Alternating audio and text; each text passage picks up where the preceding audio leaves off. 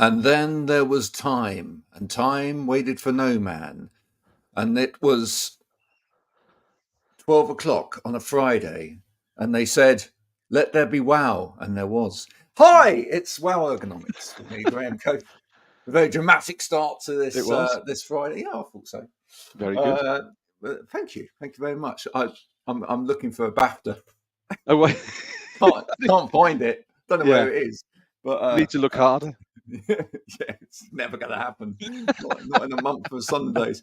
Although I'm hoping that next Monday might be a prize-winning performance. Okay. Did you see my post this morning on LinkedIn?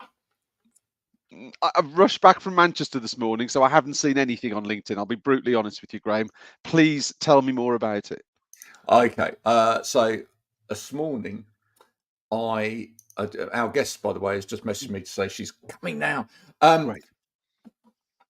I set up last week an interview for Monday next week. Right. And then I used it this morning to talk about using humor when you post on social media. And is that okay to use humor in a business context?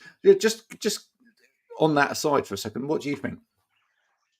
Yeah, I think you've got to. I think you can take business too serious. There's nothing wrong with a little bit of humour. It's all about relationships and engaging. And jokes and a little bit of banter sort of breaks down the barriers and gets the conversations going, gets people to open up.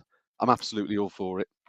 Brilliant. Well, listen, while we're on that, let me bring the special guest in, then we can all talk about this together, because that would be brilliant. I think she's just putting her in-ears in. She's incredibly professional, you see. But she can hear me now, so she's smiling. All right. We are going to introduce our special guest for today. By the way, this is Wow Ergonomics. If we haven't said that already, sponsored by Bakker Elkhuizen. That's the name you can see at the top there. But the name's going to now disappear so that we can shuffle up, make room for Ella. Ella, thanks for joining us. Look at that smile. Good morning. I was putting my earrings in. I could hear you the whole time. I was like, Lord Jesus, it is early in the morning. I thought you were being incredibly professional and putting in-ears in and all of that sort of thing. There you go. Ella, we'll allow you to introduce yourself in a minute, etc. But you've walked straight into a conversation. We were just saying, my post this morning, I was just telling a little story. My post this morning is to do with an interview that I am doing on Monday. Okay. For those of people that don't know, outside of Wow Ergonomics, I do some other stuff as well. I have my own music podcast. And on Monday, I'm interviewing a musician, but a musician with a difference, okay? Because she's a comedic musician.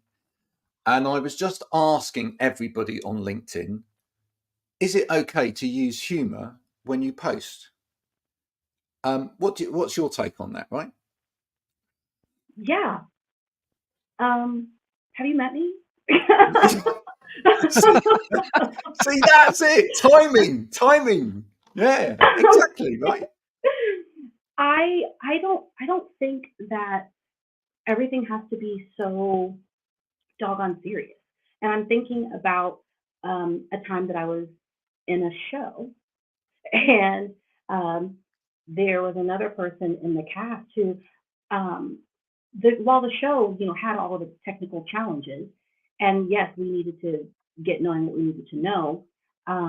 This particular person was just very dogmatic about everything, and like if it was not written on the paper, it was not. And I'm talking about like note for note. Oh, okay. On songs that were not necessarily like note for note songs. Oh. It was just just had to be transcribed. and the lack of ability to find the joy in those moments, and when things would go awry. For instance, it was scary in the moment, and it was not funny in the moment, but it was funny afterwards. The fact that there was a night that I got somebody's costume, I was in the wrong costume.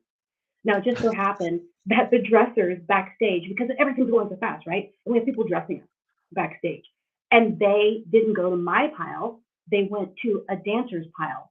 And the only reason why, because the dancers had different costumes and the singers, but so close, right?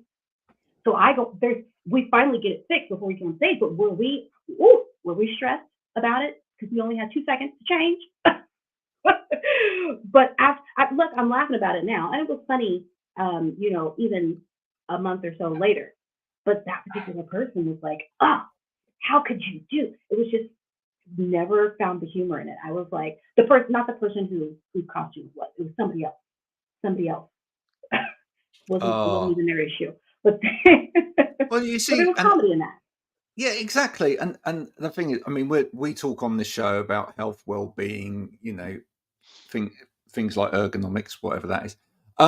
But we talk about those things, but they are very human things. In fact, the other name really for ergonomics is human factors, and this is the thing. Humor is part of the human, right? So when people say, "Oh, this is a business platform," this is, you shouldn't be using humor here. I'm so sorry. You might hear my son come in because we forgot to tell him that. Oh, that's fine. That's fine. Hi, son. So Yeah. That's fine. Yeah, bit of humor already. Go with it. It's fine. Good morning, baby. Daddy is downstairs. Can you close that door, please? Thank you. No, that's fine. At least you didn't do what that guy did on BBC TV when he was being interviewed. Shut up! I told you it's a school day. We get ready. It's absolutely fine. But the thing is, no, it is. It's human, and I think actually there's a very important point here, which is that if we don't sometimes use humour to actually break down a situation which can be quite uncomfortable for people, then I think actually we don't necessarily reach people in the way that we need to reach them. Sometimes it's an important point. So very quickly to finish off the story, Monday, if anybody wants to watch it, I am interviewing the wonderful Lorraine Bowen, who's also known as the Crumble Lady, who, if you can remember that from Britain's Got Talent, that show, she was the one that got the golden buzzer from David Walliams for singing the Crumble song, which is in a song about cookies, about crumble cookies. So Crumble in the UK, Crumble is basically what should we say? It's like stew. I would say if you imagine your apple pie in the US, take off the pastry on the top and put sort of like a sugary breadcrumb on top and then bake it. So that's the crumbly bit on the top. There you go. I have made a crumble. Yeah. Okay. And we call them crumble here too. It's a song about crumble, but in the middle of it, the third line of it, which is how I started my post today, is I've got one in the oven. Right? Hi. Hey there! Hey. Hi, look at this. We start them young on this show, right? Special guest. That's special guest. Look at that, special guest. Bye. Bye. Nice to meet you. Nice to meet you. I love that. So, it's adorable, by the way. Thank you. It's so the third line in is I've got one in the oven, which of course here, I don't know whether that translates to America as well, but that obviously means there's a double entendre. You're pregnant. Yeah. It can mean that you're up the duff, you're pregnant, etc. And it kind of, as the song starts, you think, well, it's a song about making a crumble, and then that comes in, and it's a little bit funny. But yeah, we will be talking to Lorraine, find out what it's like to be the star of all of that attention from David Walliams. Nice. Who's a very funny guy. So Ella, tell us a little bit about you. Well, you've hinted already. You've been in shows. I have been in shows. I've been a professional entertainer for over 20 years. Wow. I stopped counting at 20.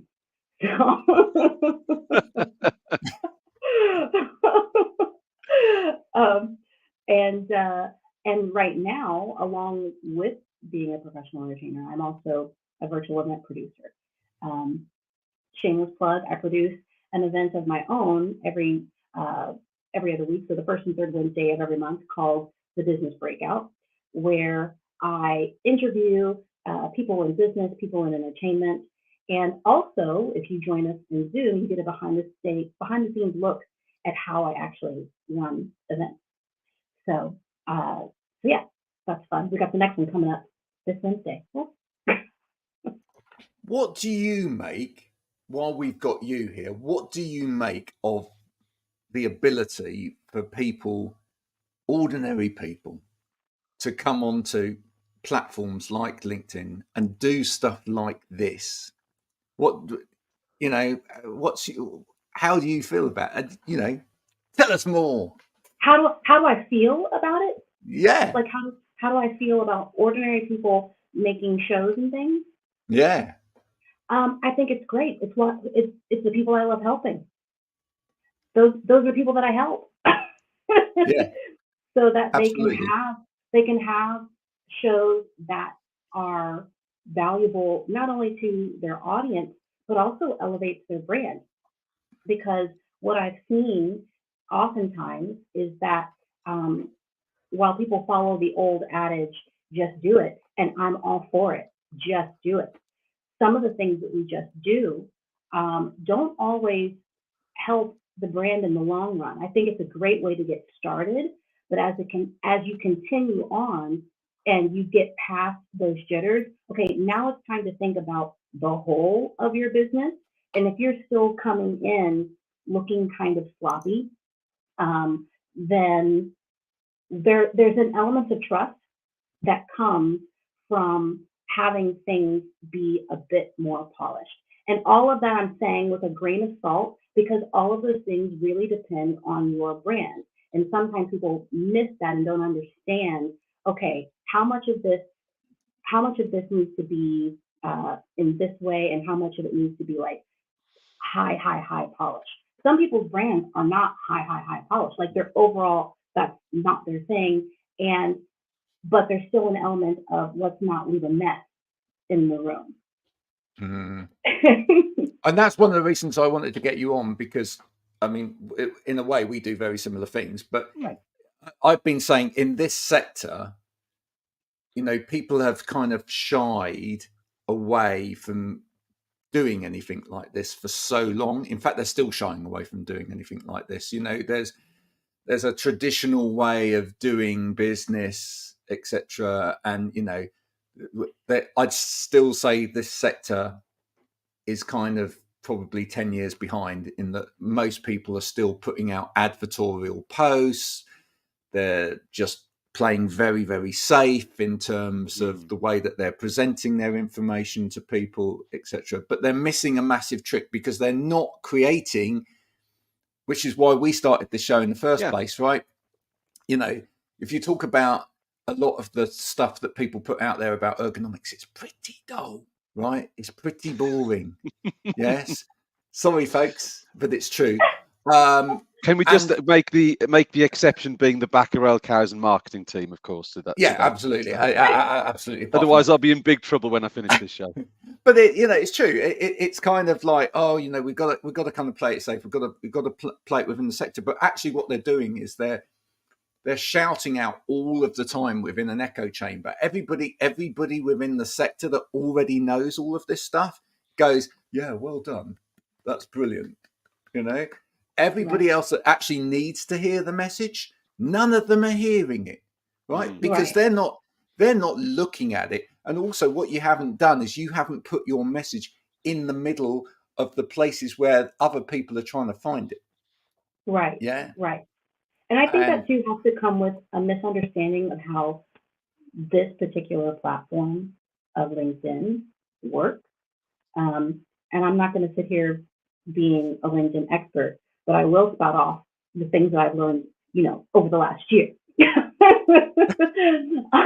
And I'm sure you guys know this too now, that when it comes to LinkedIn, the way that we communicate with people is very different than on other social platforms that I haven't necessarily dug all the way deep into. So I'm just saying these things without having exact knowledge.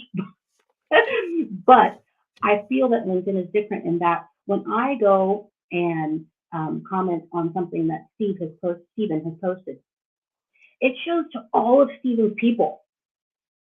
That's not how things work on other platforms. And to tie that in with what you're saying, with people talking into an echo chamber, if you are not clear on who your people are and not looking at, when you're looking at LinkedIn and connecting with people, not looking at who they're connected to, then you are going to continue to talk into an echo chamber. If you're connecting with people that are in the same business as you, and they are connected to people in the same business as you, then they are connected to the people that are, you know, it's just. Oh, sweet music, sweet music. How many times have I said this? You said it a lot, Graham. And the interesting thing is, though, why do they do that, though?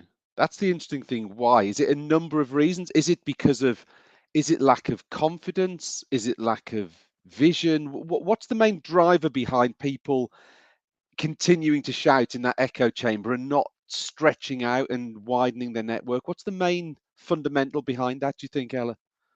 Because they don't know. Like I said, people don't understand this platform. And yes, it's changing all the time, but the basic fundamentals of it are not understood. On social media as a whole, it really was, especially because, you know, with Facebook kind of being the first one out of the gate, it was really meant to connect you with the people on your campus, the people that were in your echo chamber. And that has permeated the whole of social media, even though now we understand that, yes, we can connect with other people, but the purpose of LinkedIn was very different. And it had to do, always from the beginning, networking.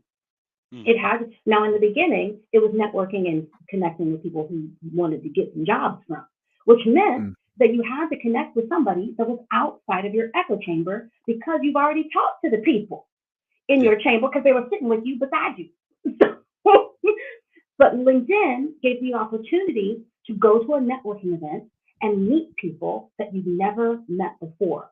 And I feel like as time has gone on, because people looked at LinkedIn as just a business place and not thinking about it in the fun networking event, because it wasn't a fun networking event in the beginning. But it has since become a fun networking event, with networking being the key word that is not necessarily social media.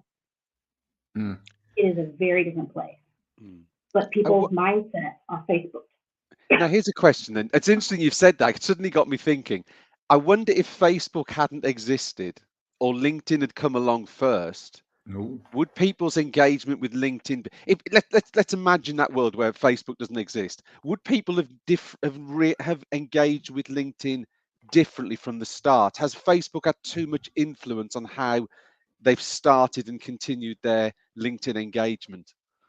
That's an interesting question. Very interesting. That's a very interesting question. I don't know, because it's still the same people that started it.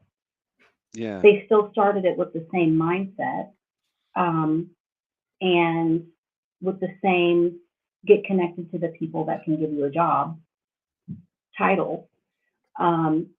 I don't know that people would have begun to look at it any differently. I think that the only reason why I'm over here now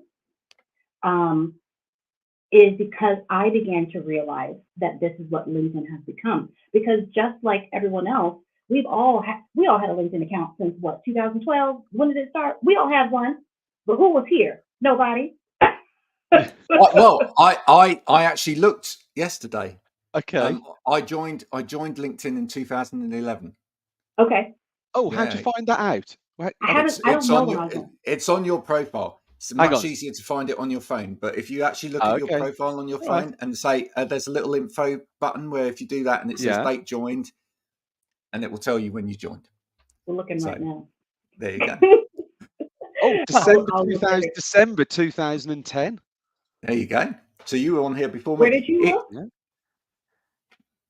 It was under it was profile, wasn't it? And I think I went under more a More little more info. button, and then said about this profile with a little Everybody's eye doing button. this at home now. If Yeah. you're watching this live, Right? you're doing this at home. You're trying to see. You want to know when I joined? Yeah. Go on then. I have you beat. May 2010. Oh, Woo! beat me by 7 months. There you go. When I tell you I've been here since the beginning, I have been here since the beginning. Yeah. And I'll tell you something, right? Because at that beginning as well, LinkedIn looked really different than it. Basically, I refer to the beginning of LinkedIn looked like a professional Rolodex system. Now, for anyone that knows what a Rolodex system was, if you're old enough to remember, it's basically one of those card systems where you had like everybody's names in your business. And that's what it was like. It was almost like, who do I know? And it's kind of like, oh, I can look them up. And I can the feed bit wasn't the bit. The main feature wasn't the feed. It was the connection list, wasn't it? That sort of drew you in. It was literally kind of like, here's my list of contacts, and I can basically like use this as a messenger for other business contacts. There was none of this kind of like anybody showing, nice selfies of themselves or anything like that. It was none of that was there. Nobody was posting pictures of dogs. Nobody. It was all cakes. Or birthday cakes. But the thing is, and actually going back to your question, which was a fascinating question, is I'm glad Facebook existed and I'm glad that Facebook went the way that Facebook went, because otherwise LinkedIn may have stayed like it was for a lot longer, right? I mean, actually, those posts where people go, well, this isn't Facebook. Nonsense. It isn't Facebook. Of course it's not Facebook, but actually what it is it's learned from Facebook. Every social media platform learns from every other social media platform, right? And it constantly has to do that, right? We constantly have to look at how people are engaging with information, full stop. And an aspect of that has to come into every platform. And there are big elements of Facebook, probably earlier Facebook, that have come into LinkedIn and are now better than Facebook was. For me, Facebook has moved from there to there, and LinkedIn has moved from there into that a lot of that Facebook space, but still with a lot of elements which make it much more useful as a business platform. And I actually quite like the people being on the platform who are creating the tension all of the time and saying we don't want it to go too far the other way, because I think the tension actually helps the platform. That's my that's my kind of 2 pennies worth on there, because you do need a platform that's got kind of some kind of compass to it. I mean, look what happens when you have a platform maybe like X, that was Twitter. I'm sorry, what was that? What is that platform? Yeah. But when you have a platform where it loses any kind of moral compass, etc., then and anything goes, then actually you end up with a stream full of stuff that that nobody necessarily wants to sit in. But actually, where you've got some tension and people are going, oh, is it okay to put this, because is this business enough? And that's always the tension. I think actually that's good, because it makes everybody think a little bit about what they do put out there. Yeah, where X or Twitter, whatever it is, it just seems to be like a brain dump, doesn't it? People just throw any old rubbish out there. I quite enjoy that as well, though. Do you? Yeah, sometimes I do. Maybe I do. Actually, I'm saying that, but sometimes there is no thought, and maybe that's just good. Sometimes that there isn't any thought as to what people. But then people don't think about what they're putting out there, and then you can't take stuff back. Once you put it on there, there's a trail. So it sort of it draws you in. That he's doing it, so I'm going to do it. And then you go, why did I put that on there?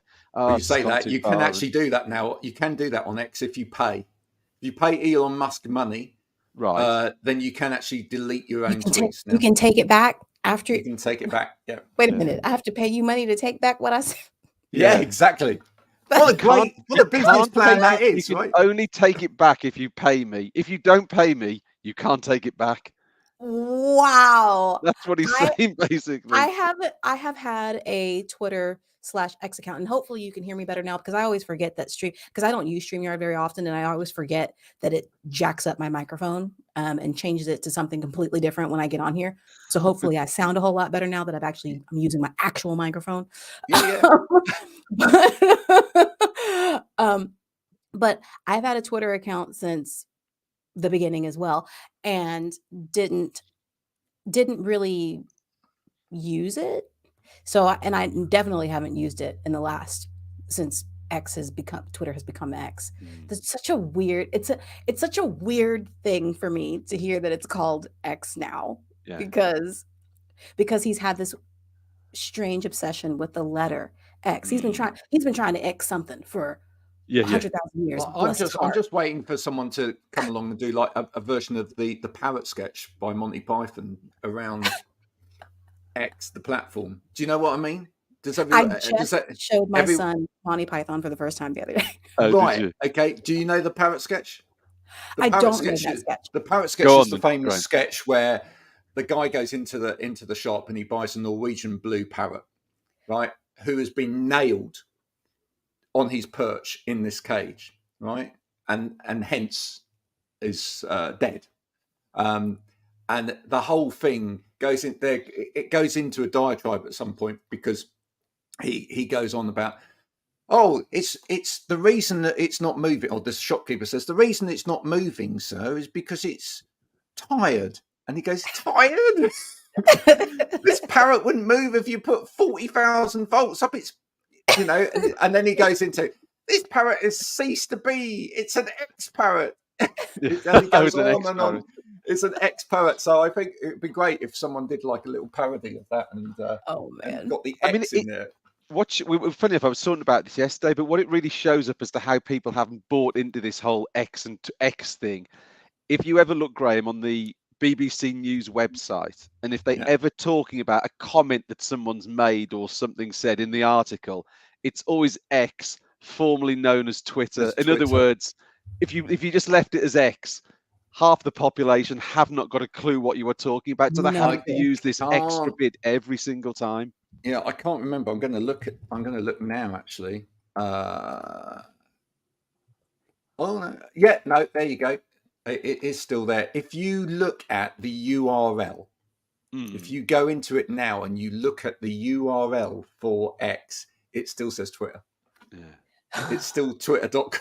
Bless her. Bless her. Think it'll ever come back? Think it'll ever come back? Already something. Yeah. At this point, someone has already claimed the letter X. Yeah, that wasn't Sesame Street. So, and should we? I'm going to be. Oh, wait a minute. Okay, well, are you saying that if you put in x.com, it goes to twitter.com? It goes to twitter.com, yeah. Yeah, because that's what I just did. Okay, so they did get the x.com and decided to keep it twitter.com. What? Yeah, I know, right? Now I understand where you're going. Hilarious. I just think that's absolutely peach, isn't it? It really is. Let's talk about branding, actually. Because that's a bad example of branding. What the other thing I don't understand as well, talking about consistency. I mean, it's really important to be consistent with branding across the board, but also, he's got X, the platform. I can understand he's trying to bring that on. That's why he's transferred it to X, because he's wanted to keep that on brand. He's got SpaceX, but he's got Tesla. Why are those cars not called X cars? I don't know. I literally only heard this explanation about him with X and the fact that that's literally been in his back pocket. He's been trying to name something X exclusively for. Didn't he call one of his kids X? Did he? Oh, I don't know. I think his kids have got very interesting names, and I thought one of them's got X in the name. Stephen will now Interesting. confirm. I'm just. Yeah. I I'm only just go checking down there. so far down the rabbit hole of Elon Musk. So Yeah. we've Oh, gone hang to on a my depth. second. Hang on. He has one called X. Yeah, there you go. Really? No. Yeah, he's got the. It's an X kid. There appears to be What? one called. There is one called X. Parents X do some things. XAEA hyphen 12 Yeah. No. Yeah. No. Musk. I told you. Yeah, there you Oh. go. 100% foolproof. But yeah, it just amazes me. You know, Yeah. it just doesn't work. In terms of the work you do, bring it over to ergonomics a little bit and well-being. How are you seeing, when you're talking to people out there, how are you seeing a shift in the last few years in terms of the way people are looking after self, both, you know, on digital platforms, etc.? How are you seeing? Are you seeing a shift?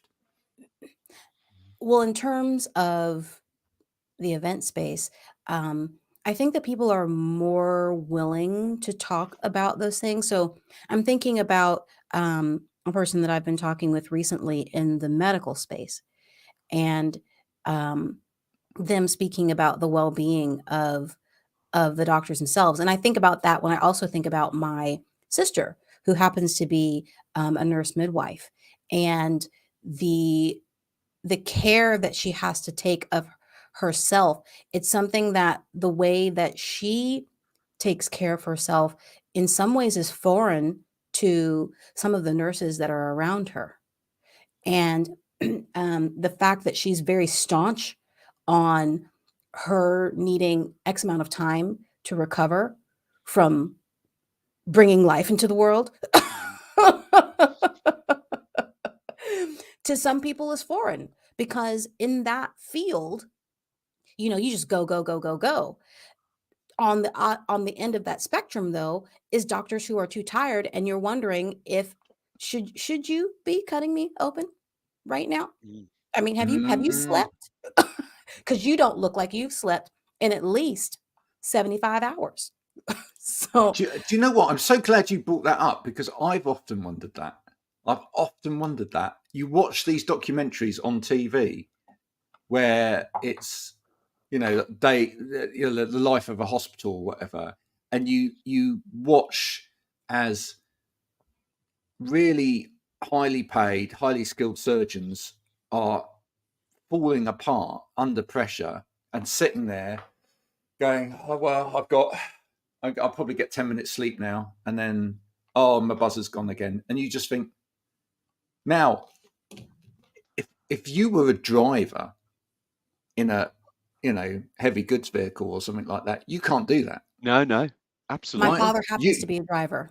Right. Okay. You've got a tachometer. You have to stop every so often. You have to physically have a rest or whatever. If not, you get in big trouble. You're Mm. getting fined. You getting fined. You could get arrested. All Yeah. of that sort of thing, right? And yet we think that's okay for a healthcare professional that's about to cut off the top of your head and start operating on your brain to have that.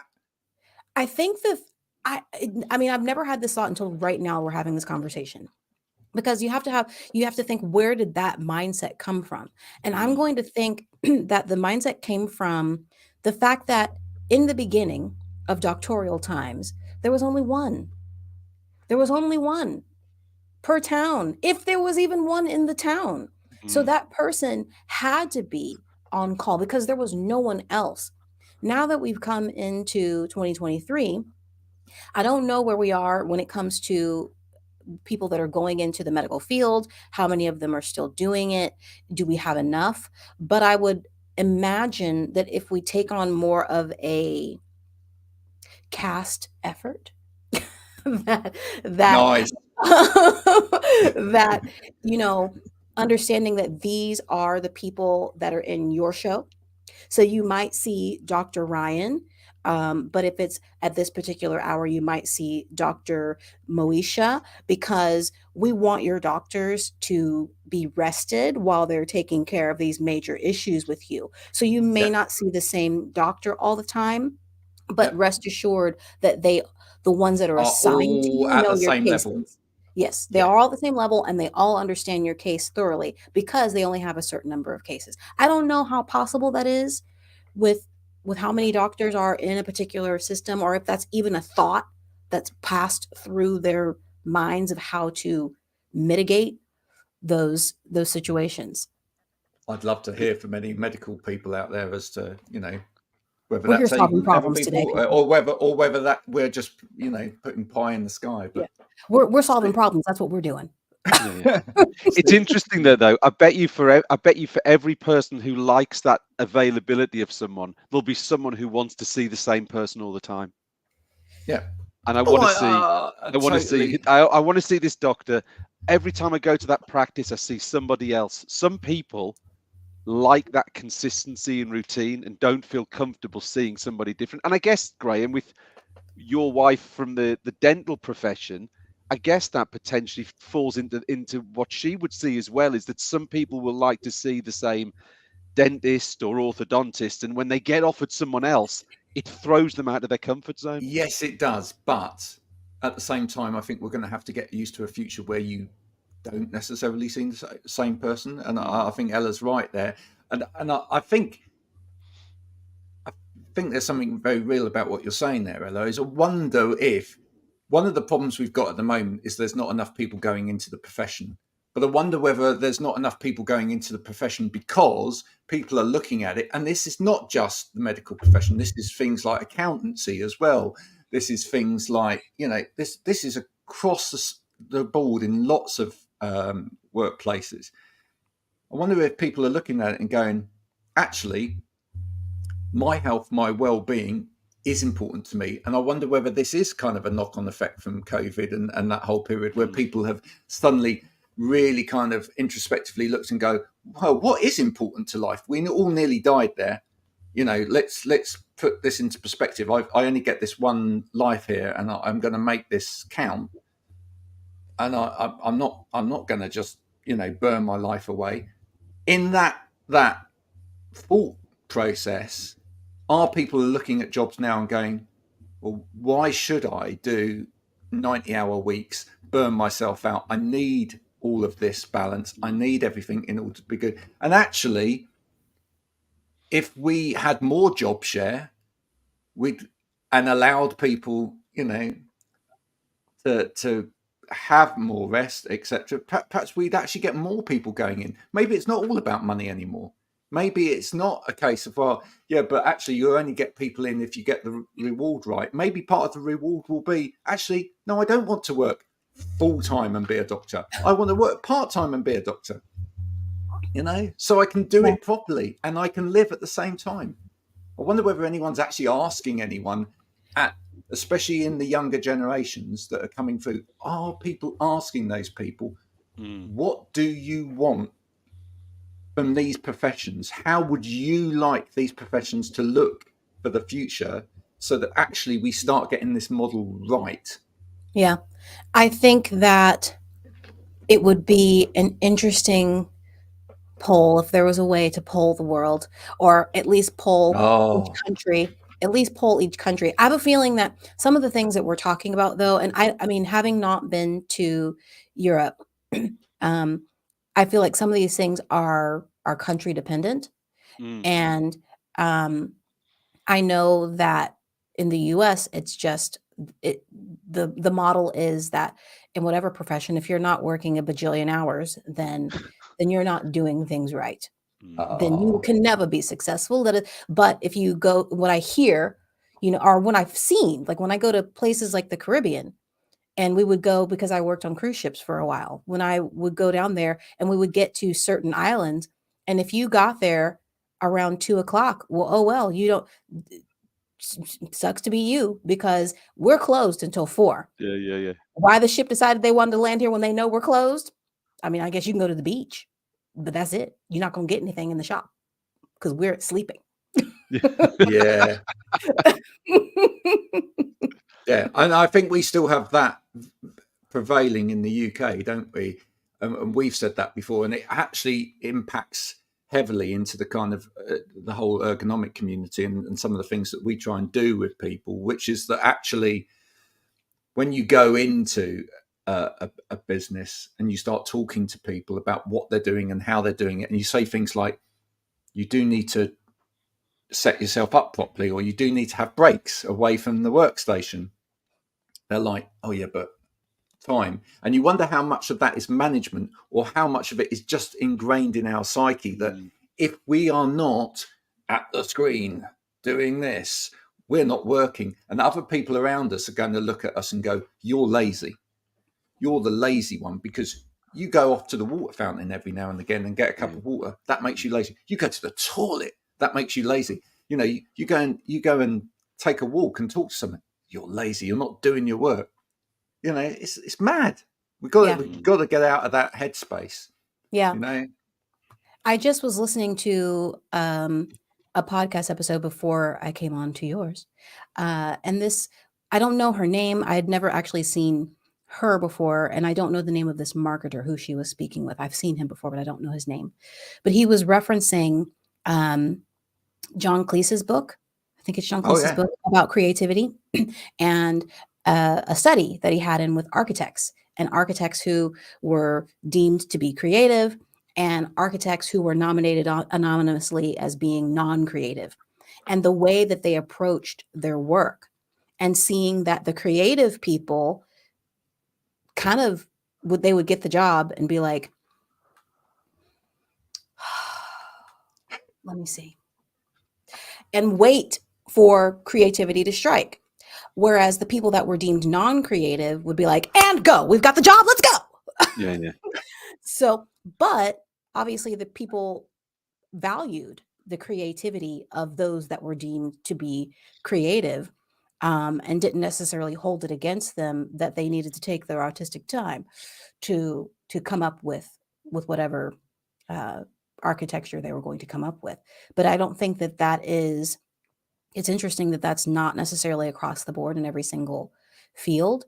And while I love the term creative in the traditional sense, being artists and singers and dancers and things, I do believe that there is creativity in every single field.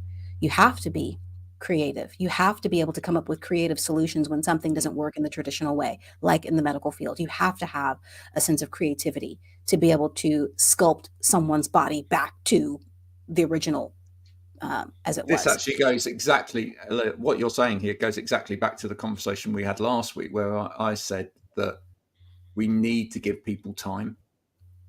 It's an incredibly strong ergonomic principle that we forget all of the time, which is giving people time, just time to, I've told you this, or we've discussed this, but now you need time just to work out what that means to you. Because if you don't give people the time to do that, basically they're just taking information and then running with it without really processing it, and it wastes time. Because what happens is people just get on with stuff, and then get halfway through and then go, "Oh my god, I just realised gone down the wrong route I've completely. gone down the wrong route." Yeah, and now I've got to rewind start again. Sorry, Yeah. you like that bit of acting? It was good. Yeah, I did. Very good. Yeah, thank you. And that's where the BAFTA comes in. Or doesn't. Or doesn't. Please vote for me for a BAFTA. No, anyway, but yeah, it's true. I absolutely agree with what you're saying there, Ella. We need to give people more time. Now, talking about time, it has reached that time. Ella, you've been a brilliant guest, by the way. Thank you. Fabulous. We have got a little bit of footage, which is now going to give me, Ella, and Steve a little bit of an opportunity just to take a break for a minute. In the middle of this broadcast, we're going to watch very quickly Stephen at what, Stephen? It was an ergonomic event a collaborative ergonomic event that took place yesterday. Flokk, chair manufacturer. They got a great showroom up in Manchester. So we had a great collaboration event where we got lots of customers to come in and talk about product and touch and feel product and just really sort of catch up and really sort of immerse ourselves in the world of ergonomics. What I must say though, Graham, you've got a professional performer in Ella, and then you're going to show my awful iPhone video. So I'm actually not going to be able to watch this. This will not win a BAFTA. Everybody, please. I promise I'm not enjoy. judging. I'm not judging outwardly. I'm judging. You can judge. Please hold up whatever number you want to give this from 1 to 10 as it comes to the stage. Right, Stephen, where are you? Can you guess from the glass door behind me? Yeah, it says yeah, because it's backwards. It is. I am at Flokk showroom in Manchester because it is the big day. It is the big ergonomic event we are holding at Flokk Manchester with Andrew Shepherd from Flokk, Laura and Richard from Ergotron, and myself from Bakker Elkhuizen. So the day has finally arrived. Oh, amazing. Let's have a look round. What have you got there? So here we go. So here's our sort of section where we're going to introduce everyone. So you can see all the brands, bit of Ergotron, bit of Bakker Elkhuizen, bit of Flokk. And then we'll just make our way through the showroom. Very nice. So we got a little section here. Can you see that okay? A lot of Bakker kit on display. Oh, I can see that. And look at that. It's a tin of Pringles. And I'll remove the can of Coke that I've left there. Yeah, Pringles are here. And then the much discussed Energy by Light. Right next to my setup. So we're going to be talking about Energy by Light a lot. On the far side, can you see a lovely little setup over here? Yep. So we've got the lovely Capisco from our friends at Flokk. We've got a lovely monitor arm from our friends at Ergotron. And then, of course, a couple of little Bakker Elkhuizen accessories in there as well. So that's what we've got downstairs. And then I'm going to head There's a downstairs and an upstairs. Look at this. There's a downstairs and an upstairs. So let's go upstairs. It's a bit like, who was that person who was in the helicopter who did all the stuff back in the day on Treasure Hunt? It's a bit like E.N.C.O.R.E, isn't it? E.N.C.O.R.E, yeah. Yeah. Well, except you haven't got the blue and yellow jumpsuit. No, and probably not the same derriere either. So no, I was going to say there's no shots of your backside, are there? But yeah, this is great. This is a great little area. So I think we've got a speaker. Oh, excuse my hand there. We've got a speaker later. We've got Anthony Hilton, who's going to be doing a talk about 3 o'clock this afternoon. He's a very well-known physiotherapist and speaker. So we're expecting about 50 guests this afternoon. So we're just all set up and ready, and we'll have a little look over here with a few more sort of desk setups that we've got.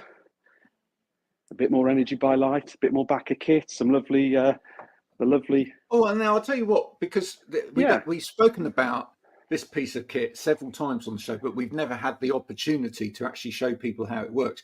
You've got FlexDesk there. Just show people that, because that's something that people probably wouldn't know how it works. Yeah, so the FlexDesk. So we'll home in on that. So let me just move the keyboard. So if you can see here, we've got the situation. We've got lovely desk setup. So we've got nice working in a straight line from monitor down to FlexDesk, down to keyboard. The idea is if people are using paper, you can see here, they put their paper in front of them. So they're working in a straight line. They need to bring the paper towards them rather than reaching forward. The FlexDesk drops down and covers the keyboard. So when you need to write, rather than putting that to one side and then stretching over and writing over here, or trying to move your keyboard out of the way, you keep your keyboard where it is. You bring the surface down. You write, and then when you're referring to printed material, it's in line. But not only is it in line, but it's elevated slightly.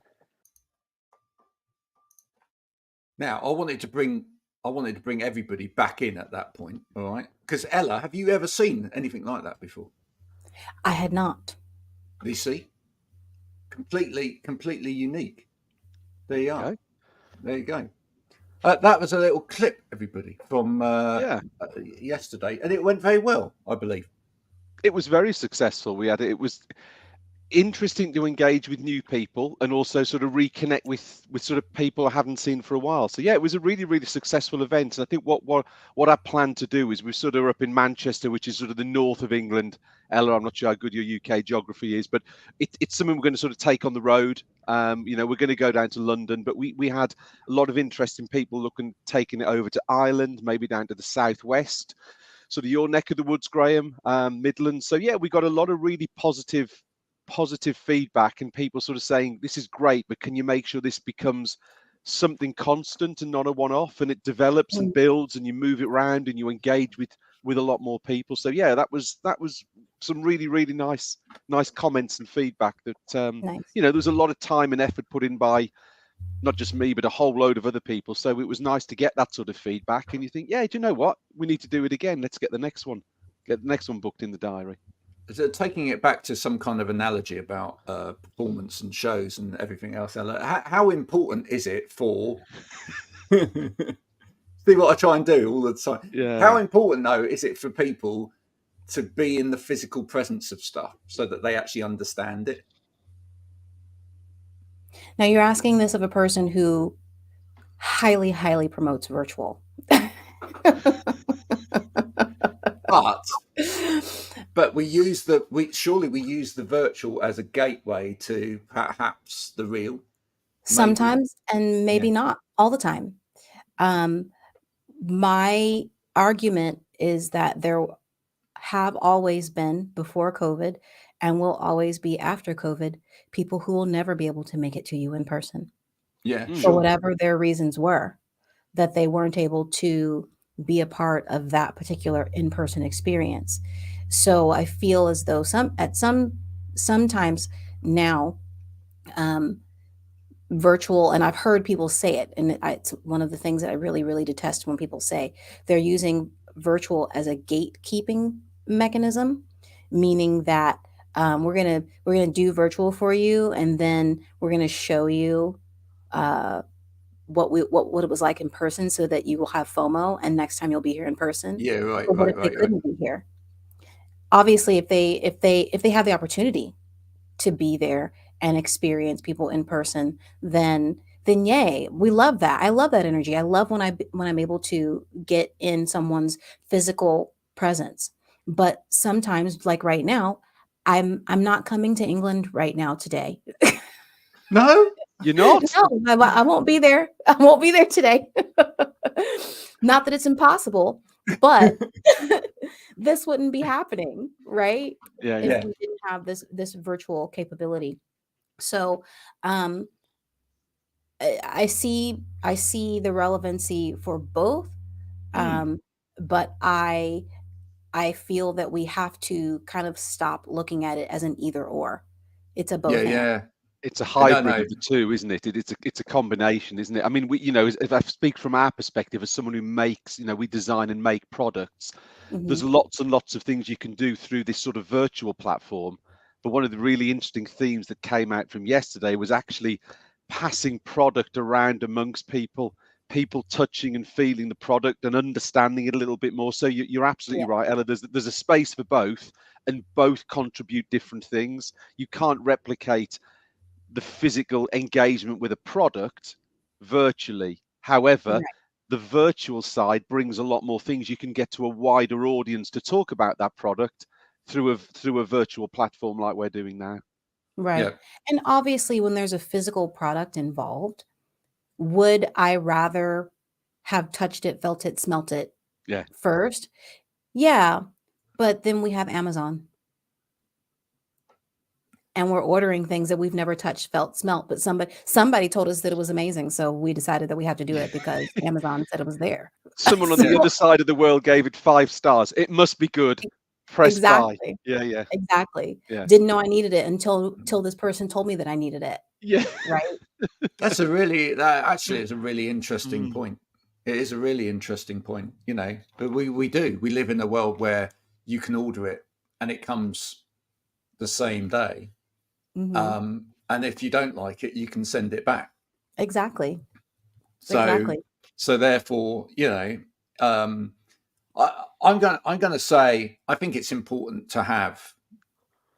I think because as humans, we are tactile beasts. I think it's important to have the tactile version of something and be able to have tactile experiences with things so that we really understand them, and also sometimes have those in-face opportunities with people as well, because I think we get something more out of that as well. But I think you're right, and actually part of what it takes, what this helps with, is knowing when you need to step in with the next part of the process, right? Right. And it's one of the reasons we've come online to do this, is that we're creating the first opportunity, and it means that if we then find out that someone over here needs this education or somebody over there needs to know that, then actually we can then make a decision. Well, now we can go to them. If they can't come to us, we can go to them, because we know that that's what they need. Right. So, yeah, in a way, I don't like the gatekeeper type bit, but I do like the business sense part of that, which is let's identify where the needs are by using virtual, and then let's meet people where they need us to be. Yeah. It should be that way round, not the other way round of like this benefits, we're gonna, we're only gonna let you in. We're only gonna let you retract your statement if you pay us. If you pay. And I think that when I'm working with a client and putting their events together for virtual, those things are things that I'm talking about with them, making sure that they understand, how much of this needs to be. I had a client who wanted to see how much of their event they could replicate, because it was an event that was physical, and this was just last month. So they've well had time to go back to being in person, but they had a group of people that couldn't be there in person, and they wanted to make this event available to them virtually. And so they said, how much of that can we bring to the virtual table?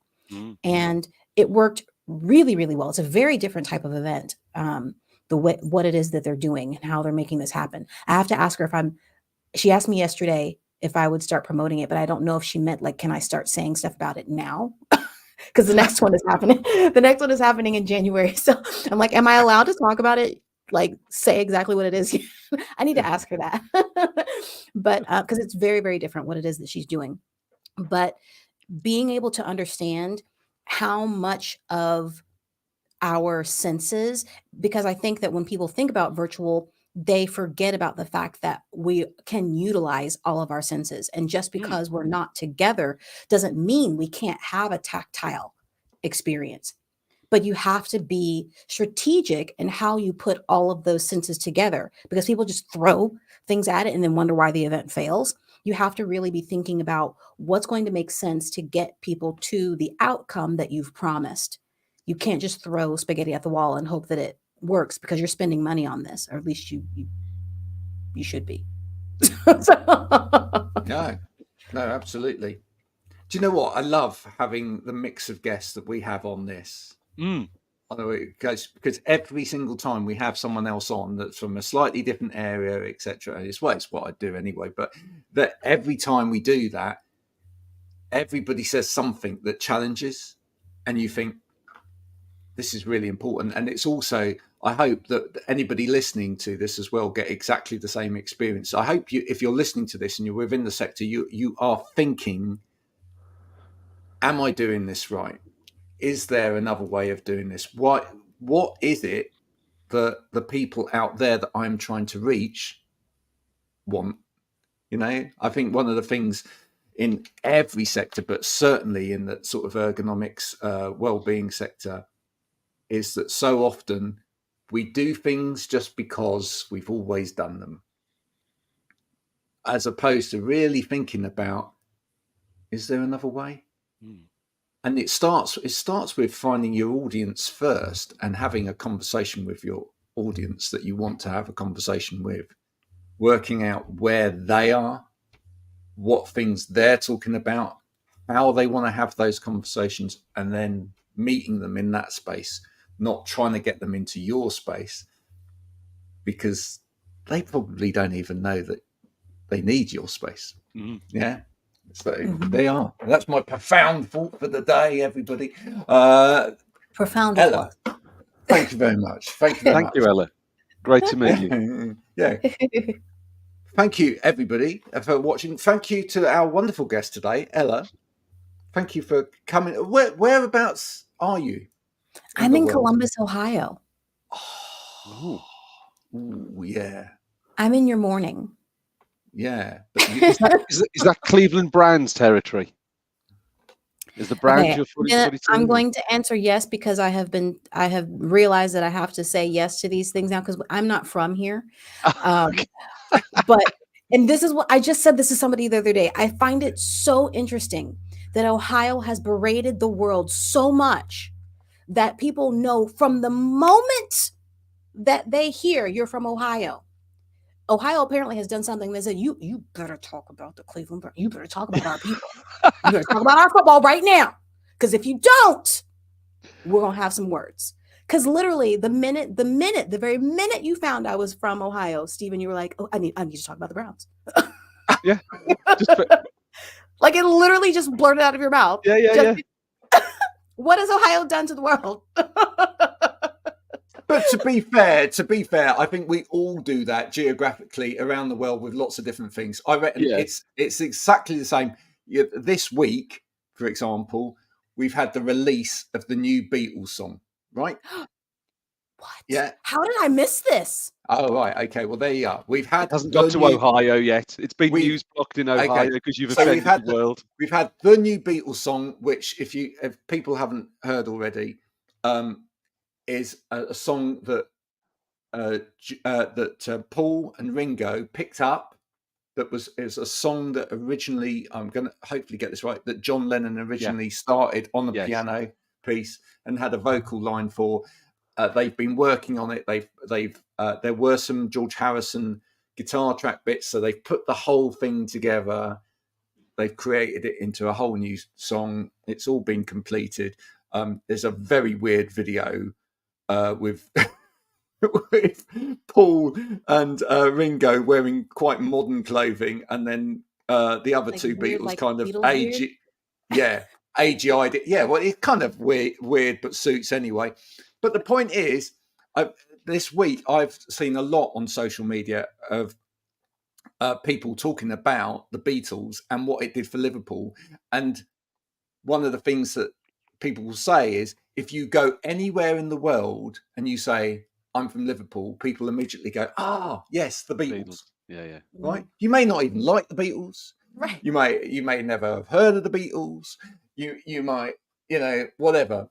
But the one thing that you will be associated with wherever you go in the world, if you say you're from Liverpool, is the Beatles. And I'm guessing it's the same thing for you there. I became aware of this when we moved here, because we are not football people, like, at all. And so my husband and I are like, literally everywhere. We're like, we don't know. I won't make that mistake again. And on that note, folks, thank you for watching Wow Ergonomics, or listening to it back on the old Spotify or whatever it is that you're listening to. If you've enjoyed today's program, then please do give it a thumbs up, a follow, and a listen, and all of those things. Share it with people that you love and even people that you hate. And if you could rate it, that would be brilliant. You can catch up on previous episodes at wowergonomics.com. Until next time, this has been Wow Ergonomics. Please take it easy out there. Bye for now.